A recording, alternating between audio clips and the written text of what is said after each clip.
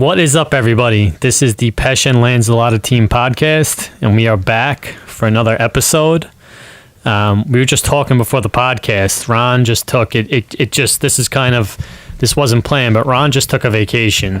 The guy's a workaholic.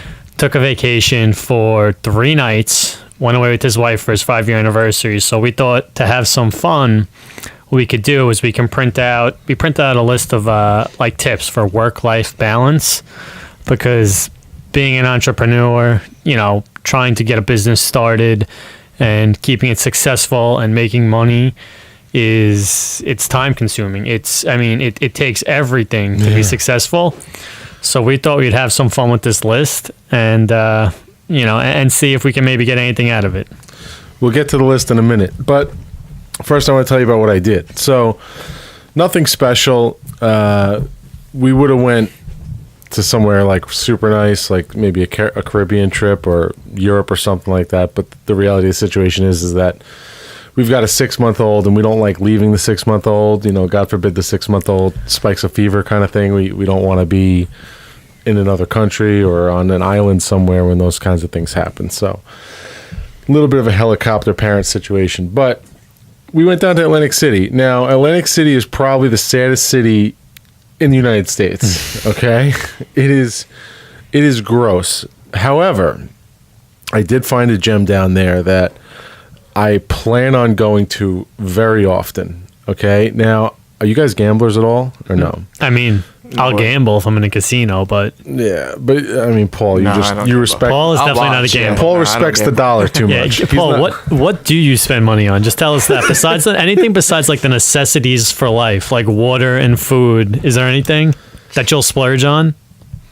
Honestly, we have to break that in him. Yeah. Otherwise, because he's actually a perfect person for this podcast. It might turn into a therapy session. We got to get, by the end of this podcast, we got to get Paul to where he's going to be like, okay, I'm going to go into a casino and I'm going to throw 100 on red. I can't do it. So I go down to Atlantic City and, we get comped rooms because my wife's family they're gamblers. They live like a half an hour away from the city.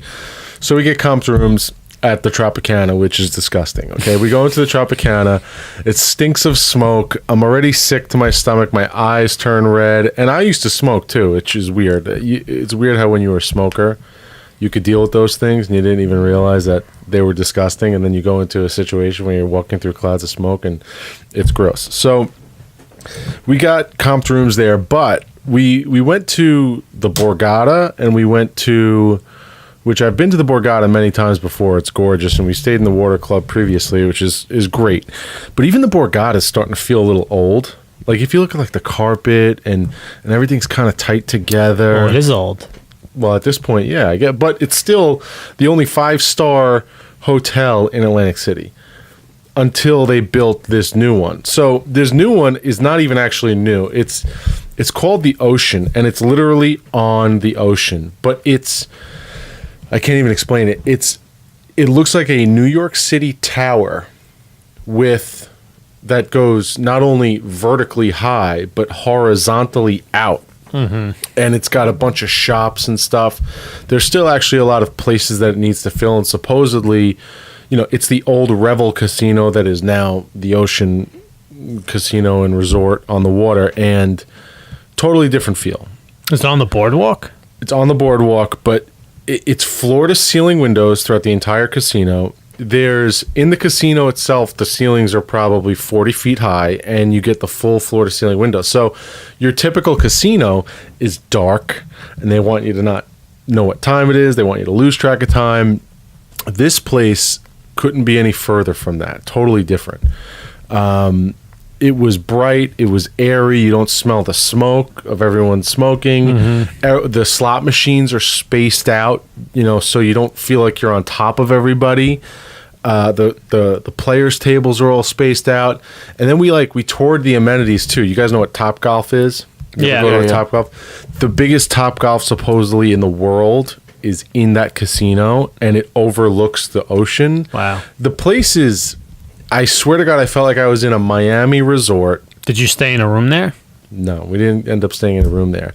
We're gonna go back and stay there though. That I think Did you eat there? I ate there. How's the food? The food's good. We had a few different. So they have a ton of different restaurants within it. Any big name restaurants like that people would know? Like a Bobby Flay. We had dinner at a Bobby Flay one night, which, to be honest with you, it's fucking not that big of a deal. Bobby Flay. What is a big I love deal? Bobby Flay. You know Don't knock Bobby You Flay. know what I love better than Bobby Flay? Just goes to show I don't have a very sophisticated palate. Wahlburgers. Have you ever had a Wahlburger No, I haven't, but I've hamburger? heard good They were things. supposed to open up one on 110, but they ended up not doing it. It's good. No, I've never had it. I it wanted was to. fucking delicious. Who opened that? Isn't that Mark Wahlberg. Oh, okay, yeah. Yeah, and his family. So we that's honestly the best meal I had down there. But we went down there, we had the steak, the bone-in ribeye, the whole deal, you Did know. you gamble? So I'm not a big gambler because I have a very addictive personality. Once I get set on something, I will not stop.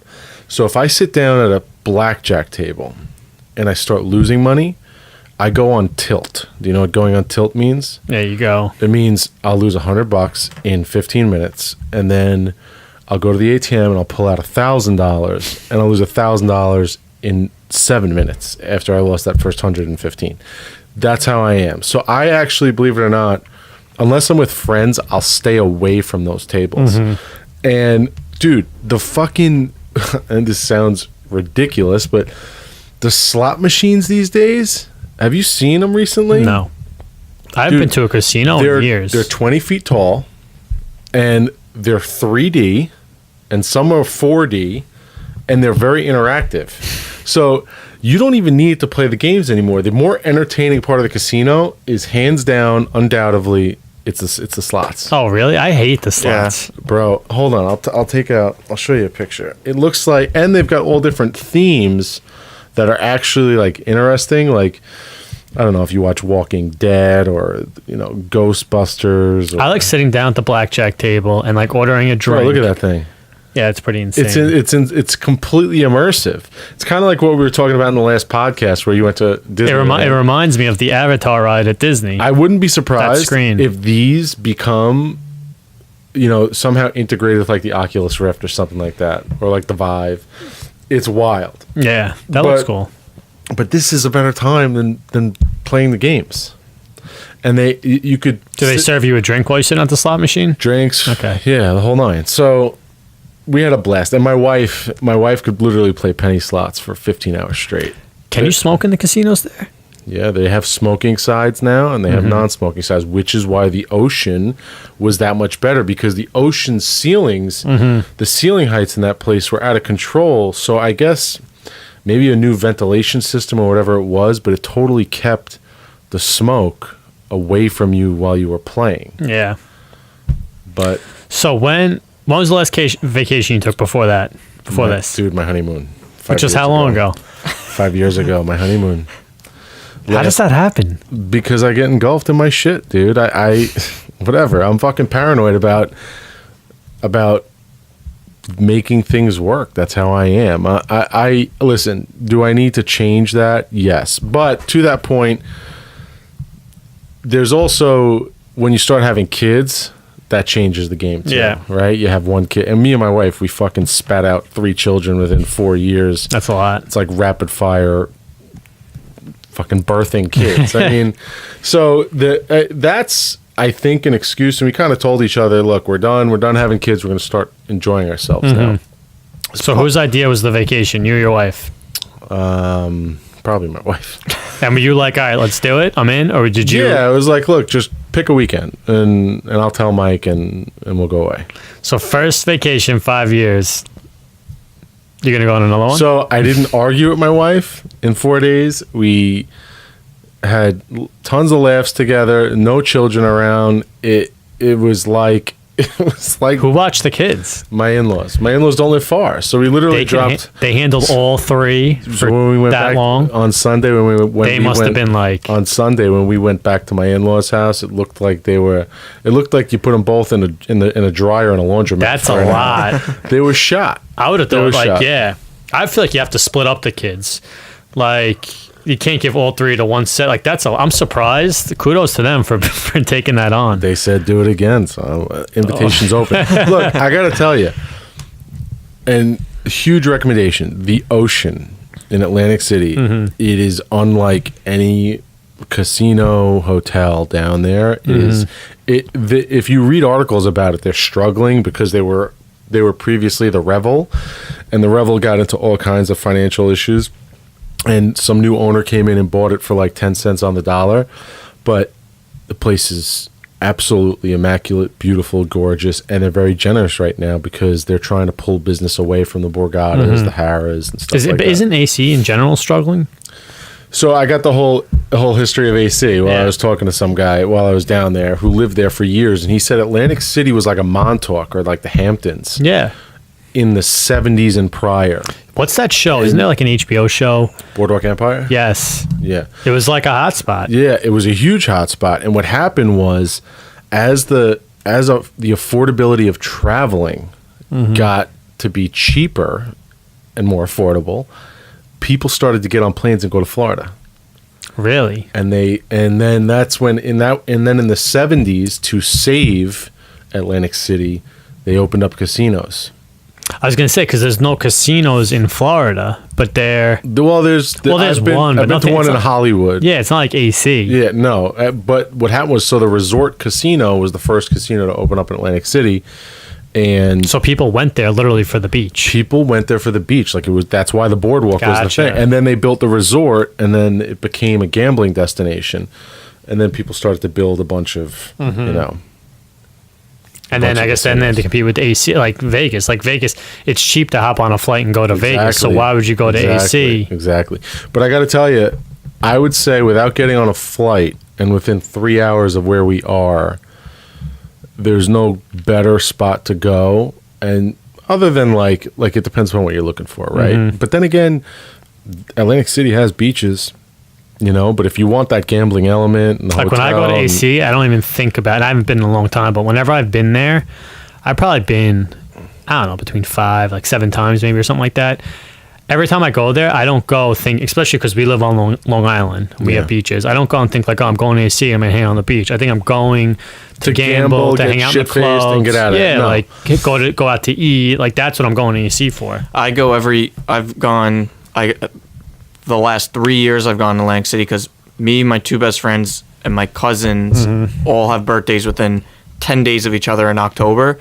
So a couple of years ago when I turned 21, about 3 years ago, we said, let's just go to Atlantic City. It's easy. It's a 3-hour car ride, and we'll go there for 2 days and come back. And I mean, now we get Airbnbs because there's 10 of us. It's just super easy and convenient. But that's the only place. I mean, the city, Manhattan, I wouldn't want to go to. What do you guys do when you're there? I mean, some of them gamble. I mean, we'll go out for a couple, 2 nights, and we'll hang out. We never go to the beach, obviously, or anything because it's too cold. But it's just to hang out. I mean, we get an Airbnb, so we have the entire house. So we could a house in AC though is probably like right outside. It's not in Atlantic City. So when we so you get in a car and you drive to Atlantic City, right? So I was gonna say because otherwise it would look like something out of like an episode of. Oh, it's disgusting. Yeah. But we stay. So last year we were in Brigantine, which is maybe Brigantine. Brigantine, is that what it is? I think I've played golf there once. It's maybe 10 minutes. Yeah. And I mean, they have all, because all those houses get rented out. So they have, the party bus people that come, they knock on your doors and leave you like flyers of, it's like $10 for a round trip from here to the, to the casinos. We're like, it's like, you can't beat that. Like it's, and it's so cheap to rent a house. So, it's convenient for us. But I mean, we have a fun time. I mean, it's easy to get away. I don't gamble, obviously, but I'll watch people. Dude, I saw people, okay? You want to hear crazy? I saw guys, and I have videos of it. I could actually show you the video of it. The guy is literally, this is what he was doing. He was taking $100 out of his pocket. He was putting it in the machine. He had it on max bet, which is $5 a spin. And he was literally just rapid fire hitting the spin button. And wouldn't even let the spin finish spinning. He was just hitting it, and within literally maybe 8 to 10 seconds, the full 100 was gone, then he would check his text messages, and then he would put another 100 in. So like the guy, you think that guy has money or doesn't have money? I think he's crazy. I think it's like, I don't know. I feel like if you're doing that, I feel like you gotta have a lot. Like that guy probably's gotta have a lot of money. Like who in their right mind cannot have a lot of money and just be doing that? Someone not in their right mind. That's why gambling takes fortunes down. I mean, think about how many people have gambling issues. It seems like he was just doing it so carelessly, though. I feel like people with gambling issues, like when they're losing, they get in, like you can see them getting stressed, or they go on tilt. They need it back. It's that thought of I'm going to hit. Mm-hmm. Dude, it's kind of like it's like I guess you can say blackjack. I mean if you bet $5 and you lose, and then you bet 10 and you lose, and you just keep going over and over, eventually limits. You'll win. That's why they have limits. Right. So think about it. If you have they have like a $5 table with a $100 limit, or like a $250 limit. How many times can you double your bet before you hit the limit, and then the casino's just pocketing the money? So there's a max limit. There is a limit. There's a max at all tables, though. Yes, that's the whole point. Because I didn't realize that. I always thought about playing roulette. Right? Say I go play roulette, and I put down 100, and I'm black. Like say I'm just playing black or red. I put down 100, I lose. Like all right, I'll put down 200. I lose. If you just keep doubling it, eventually you're going to win. And as long as you got like 50 grand in the bank, I mean, how many times can you double it and lose? That's why they have the max bet. Right? So you get up to like, all right, 400, lost again, damn. 800, lost again, damn. Now it's 5 in a row. Like, all right, it's got to hit black soon. Like how many times? Like if you have enough money to double it for like 10, 15 in a row, you're going to win. You can't though, because of the max bet. Think That's about also it. So ballsy. if you go from 5 to 10, 10 to 20, 20 to 40, 40 to 80, 80 to 160, then as soon as you're there. So that's what? It's like 7 or 8 bets in a row you have to lose. Mm-hmm. That fucking happens.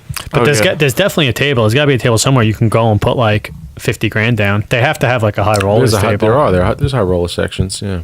100%. So, Paul, is your trip a guy's trip? No. My sister comes. It's me, my girlfriend, sister. There's a bunch of us, but it's about even. I was gonna say, because if you go on a guy's trip, then there has to be like once a year. Like your girlfriend's gonna be like, all right, listen, where's our trip? Right? Yeah, I mean, we went to Cancun. It's gonna be almost 2 years ago, and we went for, I think it was 4 nights.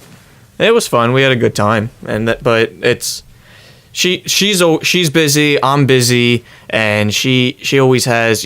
Every year she goes with her family to Woodlock, which I'll go with. I went last year for like 2 nights. What's Woodlock all about?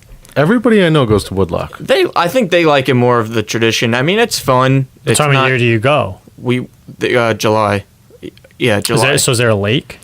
Oh yeah, I mean they have a whole like resort, I guess, and there's a lake. They do a whole bunch of games. It's fun for the family. You go there to snowboard and ski too, right? In the winter or something like that. They have different games depending on the season.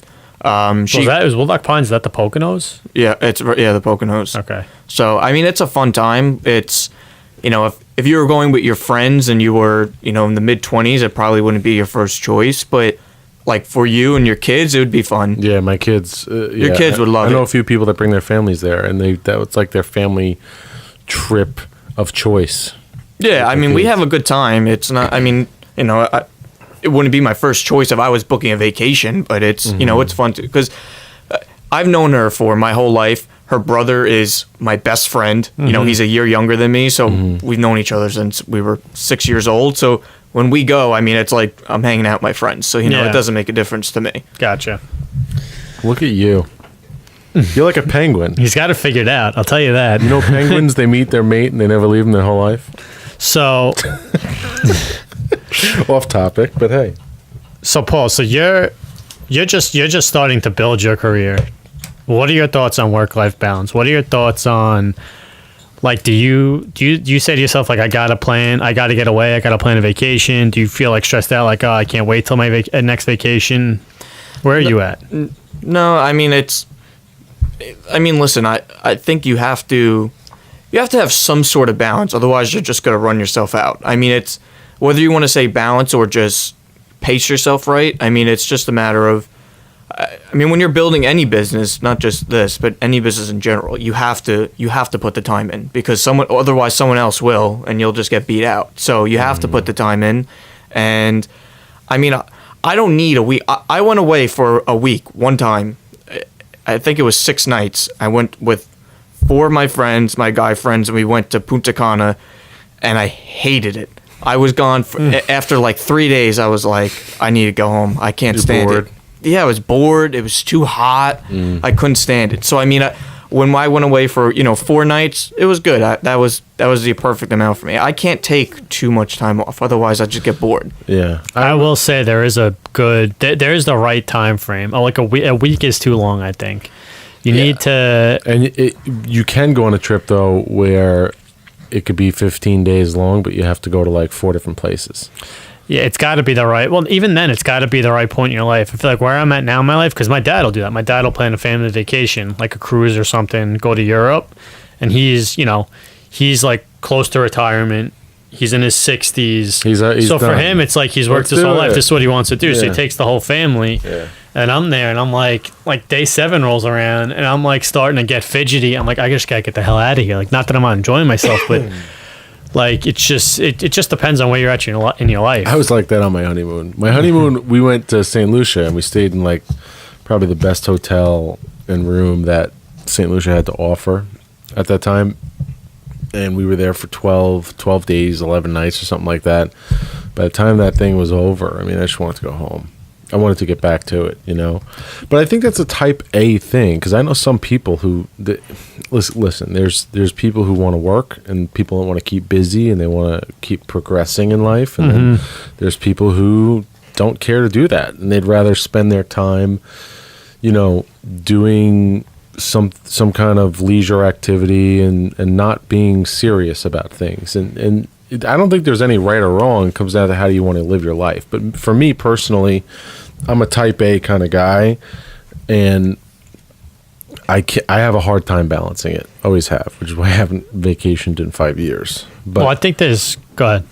I also think, I mean, what do you count as a vacation? I mean, if you went, if you went away, vacation is you're checked out, the phone is off. Oh, you're gone. I mean, you can't in this. I mean, you can't just not in this business. I mean, actually, maybe if you owned your own business for a long time, it's on autopilot. You can do that, but but this business, you can. I mean, you have clients who want to call you all the time, and you can't say. I mean, the whole point is they're selling the most valuable asset they'll ever own in their entire life, and you're saying, yeah, call me in 5 days. I'm busy now. Like, you can't do that. I mean, what would you do if you hired an agent to sell your house, and every weekend they were away? Well, that's fire them. Yeah, one, like if you're an agent like that, you can't. When you go away, you have to have someone to help you out. So if you're on a team, that's great. But if you're not on a team, you got to have someone like you're close with. Like, hey, I'm away for a week. Can you handle my business? But that seems really hard. So you probably do it at times a year where most people, like, you go 4th of July week or Christmas week. You do it at times a year where you know it's going to be super slow. And if you get a call or two, you figure maybe I'll still get a few calls, but you can manage it. Yeah, but I also think there's a difference between work-life balance and going on vacation.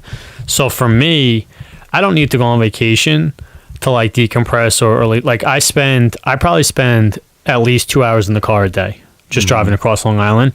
So for me, like my time to just chill and clear my mind is in the car. Put on another podcast, listen to music, whatever it is, and I just zone out. I don't have to think. I'm in the car driving. See, that's good though. But what work-life balance meaning? So I guess my definition might be a little different than yours. My definition is when you could check out and spend time with your family. So that's the definition I have. But for me, so I go on vacation. I look forward to vacations, not to get away from work, because I relax in the car. I go home. I'll stay up later than I should. I'll know I'm going to get less sleep than I should, but I'll sit in bed or whatever, and I'll decompress for an hour and sit. So for me, I don't go on vacation to decompress or get away from work. I go on vacation nowadays to spend time with my family, spend time with my kids, create memories, that type of stuff. That's for me what a vacation's for. Right. I agree. I totally agree. But for you, Paul, vacation's probably to get away, right? I mean, no, I think I'm kind of more in line with what Paul you say. doesn't even know what he's doing. See, when I was Paul's age, I didn't give a shit about anything else but making money. Because I don't need, I was an extremist, though. You don't have to be that. I'm not one of, like, I can't. These are the best years of your life. Easily. But listen, I mean,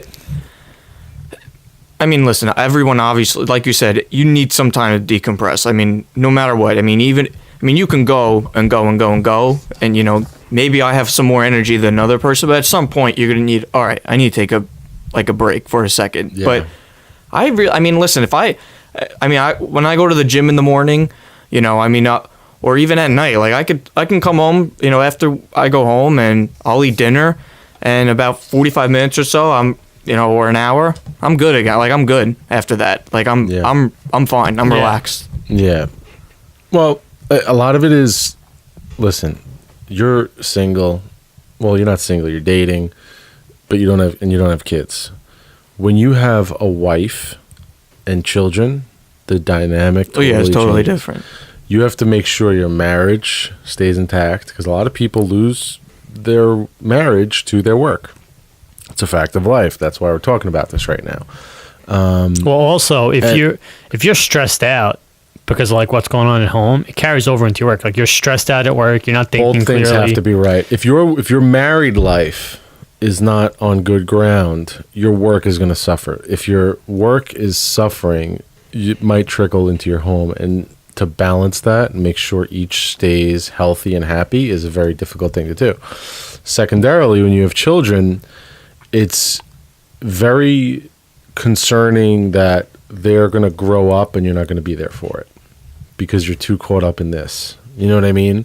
So that's where the other piece of the work-life balance comes. That's where you have to pause and you have to get away from it, because, you know, I look at my 4-year-old now and I feel like time has just flown by. I mean, I look back at pictures sometimes in my iPhone going back 4 years, and I'm like, oh my God, like time flew. And then you look at your 6-month-old and you go, oh my God, time's going to fly with her too. I got to like really pay attention. I really got to remember these moments and stuff like that and give it its time. So while we're at it and while we're trying to, you know, figure this out, why don't we burn through this list? Let's have some fun with it. What does it say? 20 tips for maintaining a healthy work-life balance. Tip number 1 is play to your strengths. Don't try and be all things to all people. Focus on your strengths and outsource the others. If you're not a whiz at accounts or graphic design, outsource them instead of wasting time. Totally agree with this. So the outsourcing piece. I don't cut my lawn. I don't clean my house. I have a cleaning lady. Although my wife stays at home, she should probably clean the house. But but outsourcing things, right? Having other people do your laundry, any kind of activity that you can give to a third party to do, so that you could use that time to be with your family when you're home instead of doing those things, I think that's important. You agree? Yeah. Yeah, you only have so much time. So if there's stuff that someone else can take care of just as good as you or better than you, then let them do it and use your time to do something else. Yeah, that's the biggest thing, I think, is you got to do that stuff. I've heard of people going so far as like, you know, having closet organizers of people that like your closet gets dirty at the end of the week, the person stops by your house. You can pay someone to do anything if you want to. It's insane. That seems crazy, but okay. Yeah, prioritize. If you got the money. Yeah, I've seen it. I've seen it in those emails, those Element emails.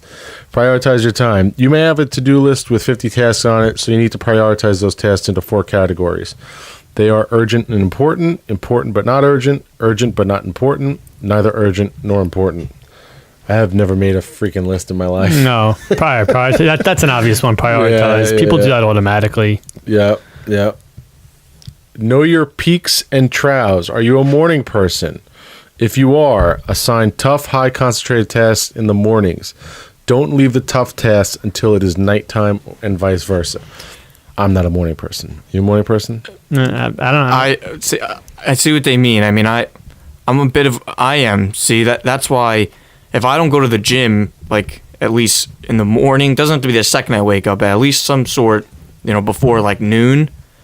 I used to, before, you know, when I was in high school, I mean, my friends would go to the gym at like 6 o'clock, 6:30. And there's no way, if I come home from work or something, no way I'm going to the gym at 6 o'clock. Just no shot. I can't do it. I just won't go. See, I'm not a morning person at all. And I've tried that route, like waking up at 4:30, 5 o'clock in the morning. And by 1, 2 o'clock in the afternoon, I'm toast. Yeah, I mean, I'm not an anything person. I don't like this one, though. What does this have to do with work-life balance? Because if you wake up early. A lot of people talk about waking up at 4:30 in the morning and banging out 10 tasks before 7 a.m. Yeah. You know what I mean? Yeah, That's not me. It could be. It could be. No, definitely not. Plot some personal time. When personal issues arise, it could be tempting to bury yourself in your work. Don't do it if you don't make time for your personal life, your me time, including your family and your health. You won't have a business to go back to. I guess this goes back to what we were talking about with, your personal time being important. And if that's not on good, stable ground, then your business is going to be shot. Just block it out. Block it out. Like you told your wife. All right, book a weekend. Have set work hours and stick to them. I don't believe you could do that. It's tough in today's world. Everyone's always connected on these phones. Yeah, exactly. Right? I mean, I've gotten text messages and phone calls at 10 o'clock, 10:30 at night. I'll say what's better is I've set times where, like, all right, I'm going to put my phone down for an hour. Like, if you're home doing something, Yeah. I'm not going to look at it. Like, that's more realistic. Yeah. Make your workspace for you. Working for yourself does tend to require long hours and not so much downtime. So invest in equipment that will support you. That includes getting a comfortable chair, ergonomic keyboard, support stand for your laptop, etc. We got those the Vari desks. Very important, right? You got to stand sometimes. You got to be comfortable with what you're doing. A lot of people end up in, if you go into these real estate offices, they look like a bomb hit them. You know what I mean? So who the hell wants to work in those on those small little computers with one screen, etc. Tap into technology. Instead of driving to a meeting, use Skype conferencing technologies like GoToMeeting, but remember to switch them off. I actually have interesting insight on this. So a lot of automated systems and CRMs where they're sending automatic emails and text messages and things like that. If your business is not automated to a certain degree on the prospecting side, number one, you're never going to be able to keep up with it all because it's just too much to keep up with. And number two, think about how much more time consuming that is, right? Yeah. So when you set up those automated systems, how much time are you giving back to yourself as a realtor and how many more people are you touching as a result? Make sense? Mm-hmm. Make exercise a must do, not a should do. It's easy to cancel the gym, the evening run, or the yoga class because the client wants something done yesterday. Instead, ensure exercise is given as much of a priority as your clients in making money. A healthy body means a fresh mind, which means you will function better and complete tasks in less time. I agree with that 100%. You got to get to the gym. You don't go to the gym, though. No, it's tough. For me to go to the gym, you're the power tower guy. It's at 20 to 30 minutes just to drive there and back. So if the commute is 25 minutes and I'm going to work out for an hour, it's an hour and 25 minutes. When do I have an hour and 25 minutes? Honestly, I don't. Most people are busy.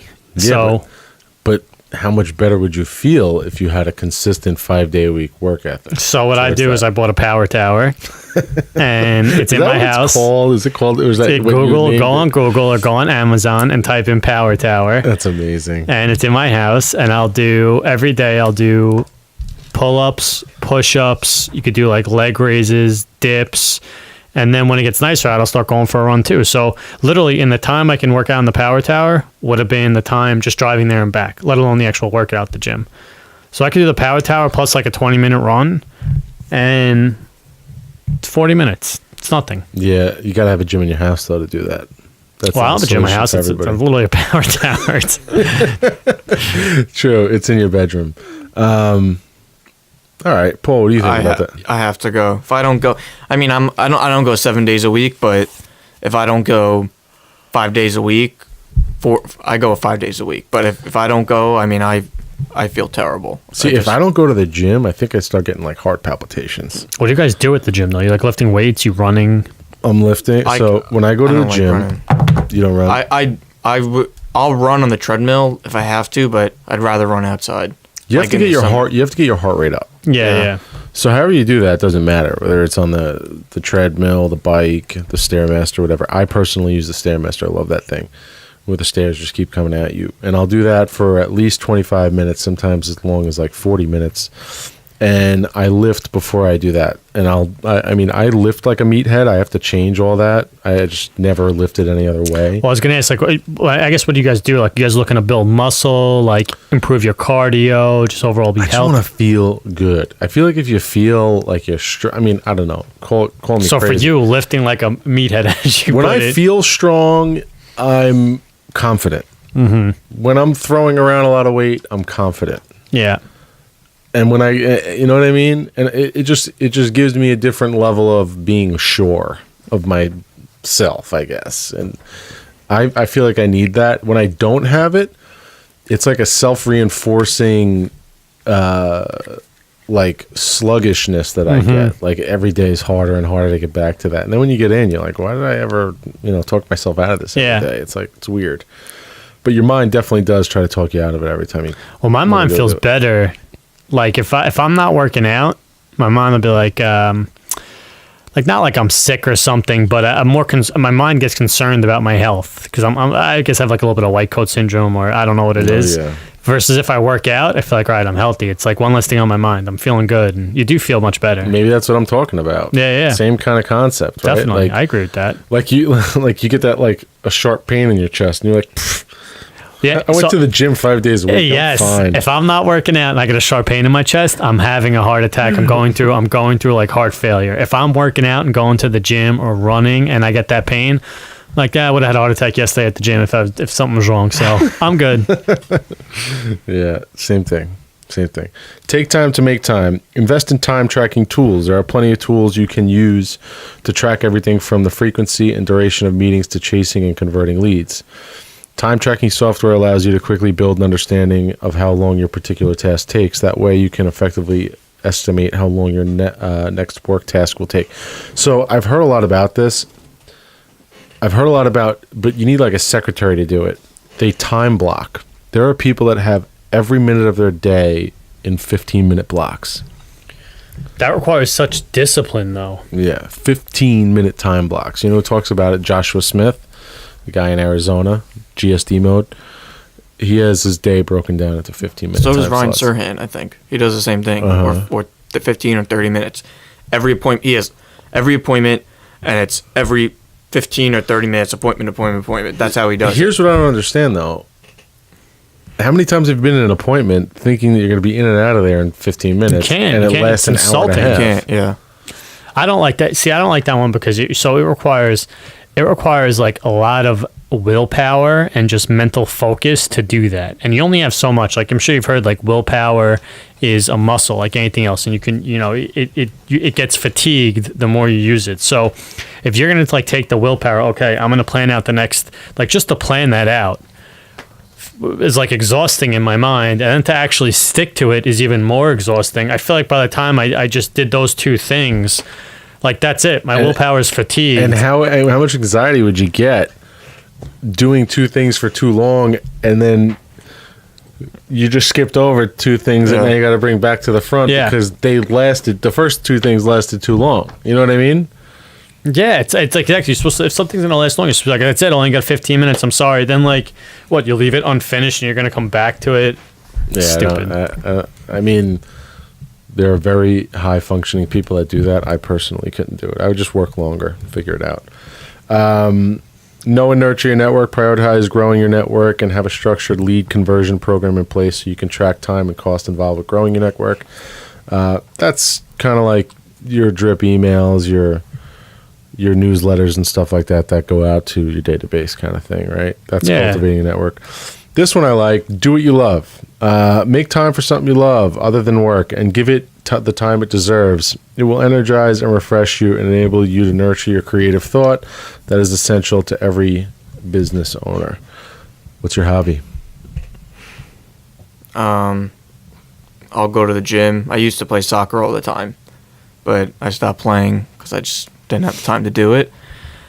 But no, that's really it. I mean, hobbies are, to me, I feel like they're, how do I explain this?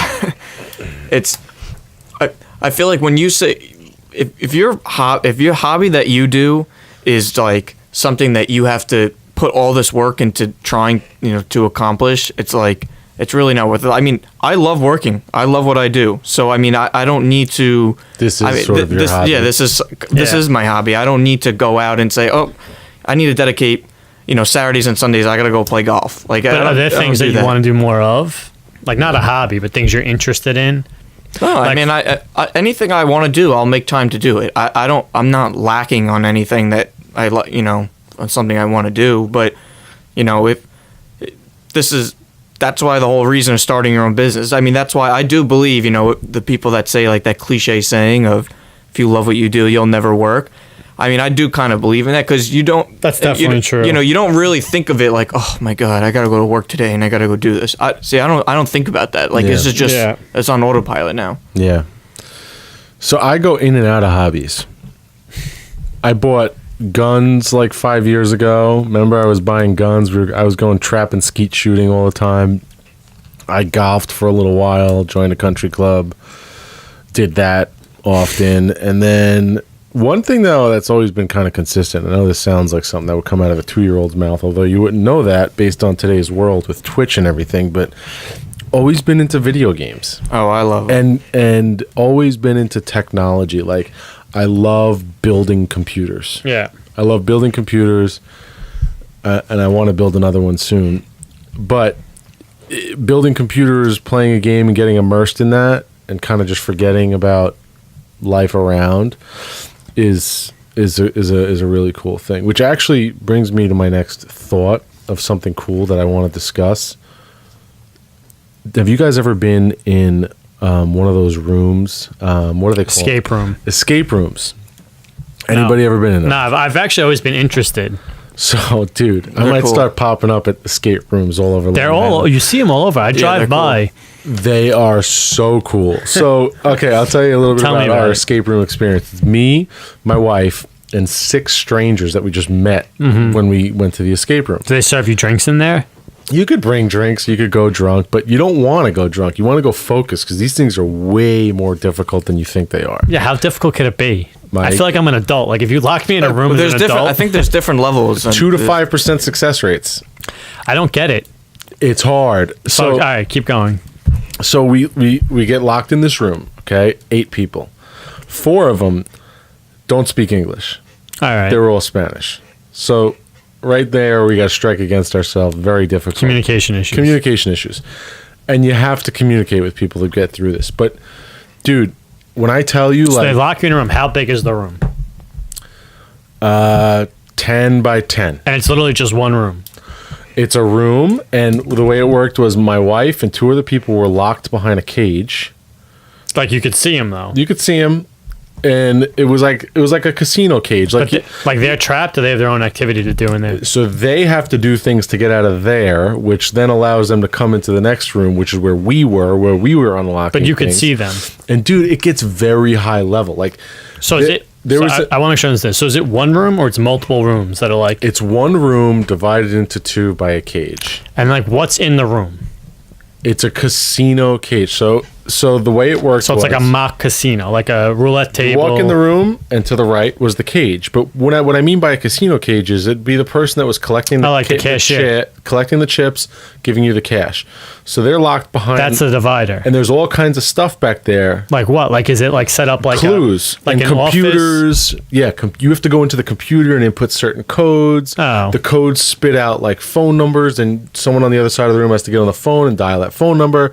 And then you have to go in. The way it ends, dude, is you're getting a PIN number for an ATM that's in the middle of the room, and you have to go into the ATM, plug in the PIN number, hit enter, and it spits out a card to get out of the room. So did you guys succeed? No, we got like 70% of the way there, and honestly, the reason was because there was a language barrier, and they were making everything a mess, and I was trying to do do everything the way it was supposed to be done. But easily one of the coolest things I've ever done.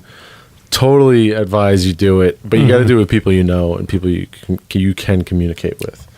But anyway. So is it like, do you actually have to figure stuff out, or is it like totally have to figure like the computer's there, you type in stupid shit to the computer? No, like for instance, like how do you know what to type in the computer? Like I opened up a locker, I unlocked the locker, and then in the locker was a walkie-talkie, and I'm looking at the walkie-talkie, and I opened up 4 lockers before it, and on each inner door of each locker I opened was Morse code. And the Morse code, which was read off of the walkie-talkie, but the Morse code was like millimeters big, like so small you couldn't even see it. The Morse code, if you translated it down the lockers, was the code for the last lock. And I sat there for like 10 minutes staring at the So the walkie-talkie was like, you didn't even need to do anything with it. there was Morse code on it that you had to use from the previous doors that you opened. But you didn't actually like punch in.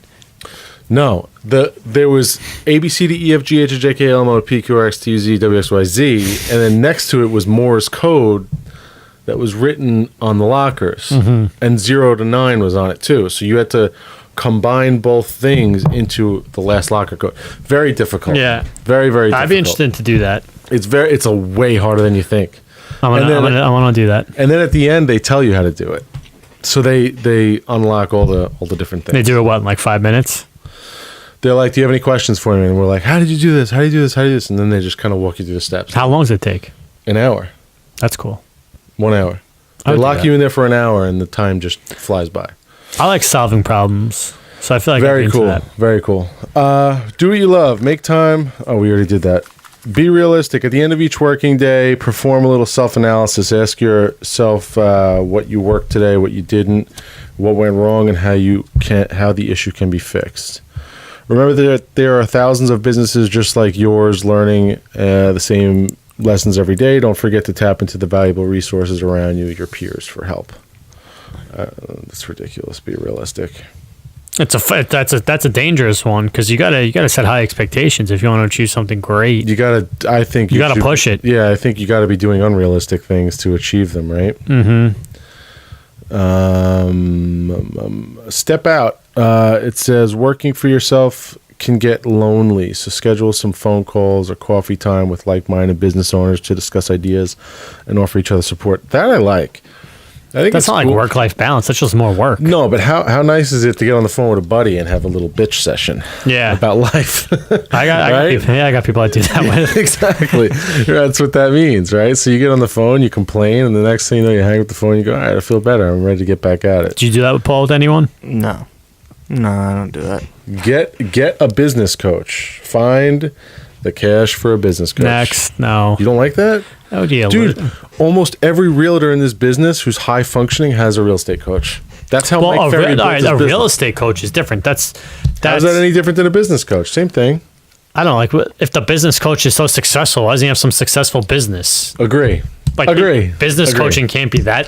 Agree. I don't know. Totally. I totally agree. But in watching the Real Geeks episode with Barker, Mm-hmm. or Greg Harrelson or something like that. Greg Harrelson's a coach. That's what he is. Those guys, I mean, they're some of the top producing agents in the country. Well, there's different, like someone who's a coach to make you better on the phones or better overcome objections or to give a better sales pitch like that. That's what I'm talking about. That's coaching to increase your skills. Like coaching on how to run a business. I don't know. Well, think about it. So remember Howard Stern? Who'd he hire? That girl. To do what? You never heard about this? Artie Lang left the show, obviously, and Artie Lang's got all kinds of issues. And supposedly Howard Stern hired this girl to keep his show, to run it like a Tonight Show, so that he could get higher-end guests. Mm-hmm. And she was essentially a business coach. She came into his business and kept it all clean. Yeah, I mean, listen, that's someone helping to take That's on stuff for yeah. you. I don't know. All right, I guess it depends on the definition of a business coach. Yeah. Meet clients halfway, literally. Don't always agree to meet a client in their office. Instead, meet halfway, perhaps at a cafe or restaurant. This will save you the time and energy. Doesn't really help in our business because we have to go to their houses, right? Yep. So we're all over the island. Manage your mind. When fear or self-doubt or anxiety creeps in, do some work on your mental health, such as meditation or reading a business book. Alternatively, spend time with someone who will lift you up and support you. It's like the same. I feel like it's the same thing as the other thing that we just said. So you are transcendental meditation licensed, right? You Well, did I that? wouldn't say licensed. Whatever the hell I took the that's- course. Okay. I paid them. Okay, does meditation work? I have never done it long enough to. Yeah, I think the answer is yes. I've never actually done it long enough and consistently enough. I actually just started doing it again recently. But yeah, I think it's important to. You want to be mentally. It's the same thing as like the physical health. You want to be mentally and physically healthy. You know, so yeah. You got to take that time, work on your mind. I read a lot of books like that. Like I just got done with the David Goggins book. Mm-hmm. Although David Goggins is a little much. I mean, he's a maniac. The guy's got story after story after story, and all he does is run and run and run and run. And he's just fucking nuts. But I get it. You got to have a tough mind. And his message throughout the whole book is you have to callous your mind. Like you're callousing your hands from lifting weights. Callous your mind. It's got to be impenetrable to the point where it can't be influenced to be negative or throw you off course. That's if you want to run 300 miles in 20 hours. But the same laws apply to business. How many times are you told no? You know, how many people quit after the fifth no when the sixth or seventh no would have got them that next deal? You know what I mean? So I get that. And that's why I do believe that, and I do stay up on those books. So what are the keys? This list was cool. I mean, what would you say?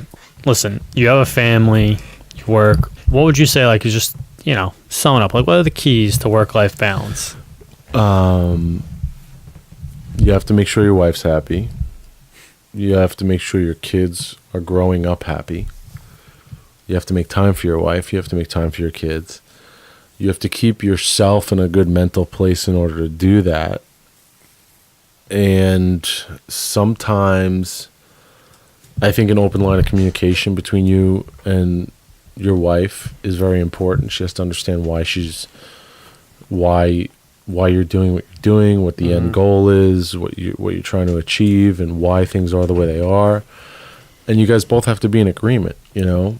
I mean, for me and my wife knew before we got married what kind of life we'd be living, and we're living exactly to the T that kind of life. The only thing that could make it better and easier for her would be if her mother was a little bit closer. That's another thing. If the wife wants to live close to her mother, do it. Huge key to success, because for some reason women just they need their mother if they're raising the kids. But that's it, man. Open line of communication with your wife. Spend time with your kids. Spend time with your wife. Make sure the relationship stays intimate, because that could, as you get busy with life, the intimacy can go away. You could be like two sailing ships in the ocean in opposite directions. Basically, it's basically just having a healthy relationship with your spouse. But think about it in our business, dude. How many times are we having forced conversation with people all day, and then we go home and we want to sit there and do nothing, and your wife hasn't talked to work. Your wife hasn't talked to anybody all day because she's with kids, so all she wants to do is talk to you, and you don't want to talk, and that's where it begins. So Paul, do you have trouble like work-life balance? Like I would imagine like you really don't have much trouble at this point. No, I don't at this point, because my girlfriend's the same way. I mean, she's in grad school, so I mean she's like studying, just she's as busy work as, when she's not at She's school, got her when own she's home, she project. has her own stuff she has to do. So that's why what you're doing now, putting in the time now that it takes to build it up, is the smartest thing you can do. And my sister and my girlfriend and my parents, they're best friends. I mean, I think my sister and her hang out more than I hang out with her. I mean, they go out all the time to country concerts and things like that. So that helps, I guess. It's better like that. But yeah, she knows what I'm doing. She knows, she's well aware, and she's cooperative with it. I mean, it's not forced on her. She's well aware of beforehand. She knows how I am. So yeah, that's good. That's exactly how you gotta intertwine them in your family, so that when you're not there, they're still occupied. Best way to do it. And you try. I mean, listen. When you're not at work and it's at night and you're home, you do. I mean, listen. If you do whatever you have to do to, if it's like you said, if it's put your phone down and it's when you are with them, even if you're with them for an hour, and you just don't answer a call for an hour. Yeah. Being present. like being Yeah. present when you're there. Yes. Because a lot of times I'll be home and I'm not present because my mind's in a million places, and then it's like, well, you might not, you might as well not even have been home. Yeah. Yep. And plus, look, at the end of the day, what are you doing it all for? Right? You got to remember why you're doing it all. So you got to make time for that stuff. And nothing's promised. I mean, how many times do you hear a story about someone in their 30s and their 20s that gets sick, God forbid, but still, you don't, your time here is not permanent. You're not going to be young. It's not guaranteed. You're not going to be young forever. So you got to stop and enjoy it. Few quick things. 3D printed homes are coming to the U.S. Have you ever seen this before? No. A 3D printed home now. 3D printed homes. So, dude, what they do is there's a big 3D printer and it lays cement, and they program into a computer the house. I've seen that. And it literally just lays cement. Yeah, I've seen that actually. Okay, they're bringing that to the U.S. and they're saying it could drive construction costs down like 40%. Yeah, for like your standard cookie cutter home, definitely. Yeah, I guarantee you that becomes a huge thing in lower end neighborhoods or areas of the country that I mean, even higher end. I guess if you can program it, you could do anything. At some point they'll be able to, but I think they'll always be the architects and the builders and stuff like that. Theo Von. So Theo Von is a comedian that we saw down in Atlantic City, and the guy is drop dead, absolutely hysterical. He's got a podcast. He's on the King and the Sting with Brendan Schaub, and he's got his own podcast. But this guy's from Louisiana. He has a mullet, and I was belly laughing for an hour and a half listening to this guy. It was amazing. Forbes billionaires. This made me crazy. Paul, how many billionaires do you think there are in the world? Billionaires, would it be? Maybe 100. Yeah, that's what I thought. There's 2,208 billionaires in the world. Guess how many millionaires there are in the world? It's got to be hundreds of thousands, tens of thousands at least. Tens of thousands. There's 36 million. Is there? There's 36 million millionaires. It's not that much to be a millionaire nowadays, though. No, but that is still, have a million in assets? it doesn't even it doesn't compute in my brain that there's this many. Think about it though. Think of how many like luxury apartments there are in Manhattan. Think of how many yachts people are buying, private jets, like properties in Dubai, London, Tokyo. You know, like there's who's buying all this stuff? If there's not 36 million millionaires, then what the hell's going on? I know. Just thought that it was a statistic that blew my mind when Forbes came out their billionaire list 2 weeks ago. Outside of that, the only thing to report is we launched a new website. The quick, easy address to get to our website is www.pl-team.com. We put a lot of hard work into this thing. It looks really nice. We've got some good content on there with the wealth report and everything. So go ahead and check it out. But outside of that, I got nothing else for you. Very bleak few weeks here. Boring outside of our little vacations. I would say boring. I would just say business as usual. Business as usual. Yeah, exactly. Mm-hmm. Mike, you got anything to add before we close this thing out? No, nothing. Paul? No, I'm good. No? All right, guys. Well, I think that's our 7th or 8th? I think it's our 9th. I think it's our could be wrong. 8th or 9th podcast.